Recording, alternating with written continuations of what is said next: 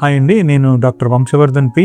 నేను general, laser and laparoscopic surgeon, Srikara hospitals Vijayawada and life care hospitals Vijayawada. Doctor గారు, piles అనేవి ఎవరికి ఎక్కువగా వస్తుంటాయి?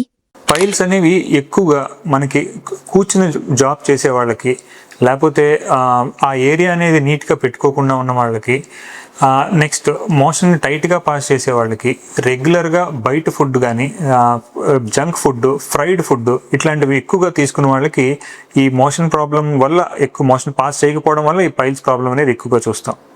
ఇటువంటి వారందరికీ ఈ ప్రాబ్లం ఖచ్చితంగా వస్తుందా సార్? ఖచ్చితంగా ఈ ప్రాబ్లం అనేది మనం తీసుకునే డైటరీ బట్టి ఖచ్చితంగా ఆధారపడి ఉంటుంది. ఇందులో ఇలా రెగ్యులర్గా బయట food, bad food, junk food తిన్న వాళ్ళకి 100లో 90-95% మాకు ఈ ప్రాబ్లం ఖచ్చితంగా వస్తుంది. మాకు వచ్చే పేషెంట్స్లో కూడా ఎక్కువ మందికి ఈ హిస్టరీతోనే ఎక్కువ నా దగ్గర ప్రజెంట్ అవుతుంటారండి, 90%. సరైన సలహాలు, చికిత్స కోసం గ్యాస్ట్రోఎంట్రాలజీ నిపుణులు డాక్టర్ వంశవర్ధన్ గారిని సంప్రదించండి. మరిన్ని ఆరోగ్య సూచనల కోసం డాక్టర్ వంశవర్ధన్ గారి ఫేస్బుక్ మరియు ఇన్స్టాగ్రామ్ పేజ్ను ఫాలో చేయండి.